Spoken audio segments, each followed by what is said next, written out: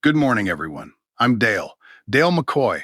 I've spent most of my life behind the wheel of a truck, hauling freight across this country. And I got to thinking the other day. I was out cleaning the garage, moving boxes I hadn't touched in years, and down at the bottom of one of them, I found my old CB radio. The cord was still wrapped around it, just the way I left it. I sat down on an overturned bucket and I held it for a while. Funny, the things a little piece of old plastic can bring back. Because that radio wasn't just a radio, not to us, not back then. So pour yourself a cup of coffee, climb on up into the passenger seat. Let me tell you about the things that used to live on those airwaves, the things only the old-timers still remember. Now, if you drove a truck in the 70s or the 80s, there was one number you knew by heart: 19, Channel 19. You didn't even have to think about it. You'd climb into the cab, reach down and turn the dial there before you pulled out of the lot. Because 19 wasn't just a channel. It was the highway, not the one you could see through the windshield, a different highway. One made out of voices. You'd roll down the interstate at 2 in the morning, alone in the dark, and you were never really alone. There was always somebody out there, talking, warning, laughing at something you couldn't see. The road talked back to you, and that's the first thing folks forget. They think the CB was a gadget, a toy. It wasn't. It was company. Here's something a lot of people never understood about that little radio. Out there, you weren't your real name. You had a handle. A handle was the name you gave yourself, the name you keyed up under. Nobody asked to see your license. Nobody knew your face, so you could be anybody. The shy fella who never said 2 words at the truck stop. Out there, he might be the funniest voice on the whole channel. I knew a driver, quiet man, hauled steel out of Pittsburgh. In real life, you'd walk right past him.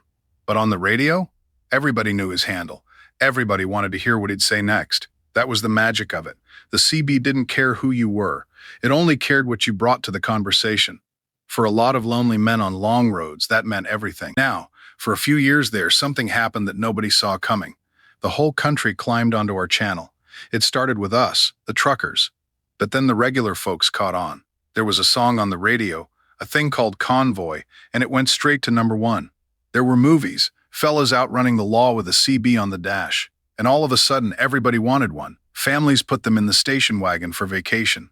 Doctors, farmers, teenagers, grandmothers. For a little while there, it felt like half the country was talking on the same set of channels. And here's the part I loved. Out there, nobody knew what you did for a living. Nobody knew what kind of house you drove home to. A banker and a farmhand had the very same voice on that radio. Same static, same channels. Nobody was above anybody. I'm not sure we've had anything quite like it since. Now here's a secret that'll separate the real old-timers from everybody else. You've heard the phrase, everybody has, 10-4, good buddy. Sounds friendly, doesn't it? Well, let me tell you, back in the early days, good buddy really did mean a friend, a pal, somebody you trusted on the road. But somewhere along the way, the meaning flipped. By the tail end of the CB craze, calling a man good buddy wasn't a compliment anymore. It had turned into something you'd say to needle a fella, something a little insulting. The real term of respect became good neighbor. So if a trucker thanked you, he'd say, appreciate you, good neighbor. And if you heard some new voice on the channel calling everybody good buddy, you knew right away.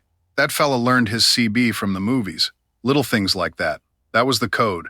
And the code told you who belonged. Now let me tell you what really made that radio matter. Because this part is history. Back in the 70s, the country hit hard times with fuel, and they dropped the speed limit, 55 miles an hour, coast to coast. For a trucker who got paid by the mile, that was a punishment. So we did what we always did. We looked out for each other. If there was a state trooper sitting in the median with a radar gun, the word went out on 19. We called them Smokies, on account of the hats. Looked just like Smokey Bear, so you'd hear it. Better back it down, there's a bear in the grass at the 40-mile marker. And every truck that heard it would ease off, nice and calm. By the time they rolled past that trooper, they were clean. We had a whole shape to it. The truck up front was the front door. The truck in back was the back door, and everybody in the middle rode easy, protected on both ends.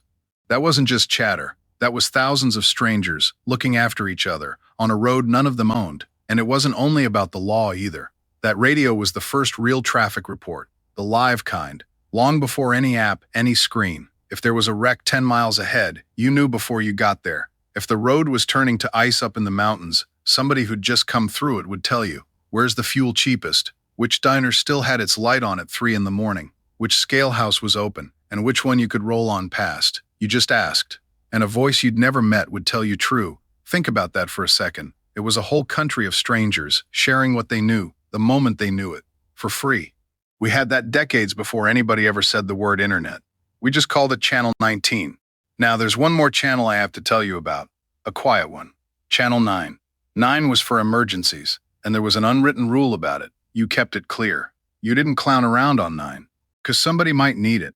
And here's the part that still gets me. There were folks out there, volunteers, who just sat and listened to Channel 9 for hours, for no pay, waiting, in case somebody's car went off the road on a cold night, in case a family was stranded with a baby in the back seat and no way to call for help, out in the middle of nowhere, before anybody had a phone in their pocket. That channel was the only voice that could reach you. I've heard stories of lives saved on Channel 9, real ones. That radio had a rowdy side, sure, but it had a guardian side too, and the old-timers never forgot which channel was which. Now here's where it gets strange, and I mean strange in a wonderful way. Some nights the radio would do something it had no business doing. You'd be rolling through Kansas, and all of a sudden, through the static, you'd hear a voice from Florida, clear as a bell, 1,000 miles away. We called that skip. On certain nights, the signal would bounce off the sky and come back down hundreds of miles from where it started. You couldn't plan it. You couldn't count on it. It just happened. And when it did, the whole channel would fill up with voices from places you'd never been. There was a whole hidden world in that. Fellas who chased the skip on purpose. Some of them running amplifiers they weren't supposed to have, pushing their little radios way past what the law allowed, just to reach a little farther. You'd stumble onto a channel that was pure chaos. Voices stacked on top of voices, from 3 states away, all fighting to be heard. Most drivers steered clear of that. But you never forgot the first time you heard it. A voice out of nowhere, from somewhere far off in the dark, just reaching out to see if anybody was listening. Now, I'll let you in on something the young fellas never had to worry about. Not every truck sounded the same on that radio. Some drivers, you could hear them wall to wall, loud, clean, strong, like they were sitting right beside you, and some you could barely make out, all fuzz and crackle. You want to know the difference? The antenna. A CB is only as good as the antenna on the roof and how well it's tuned. There was a little bit of craft to it. You had to set it up just right, or you'd be shouting into the wind and nobody would hear you. The drivers who took the time, who tuned it proper, they were the ones everybody could hear. Their voice carried, and there was a quiet pride in that, in being the truck that came through clear.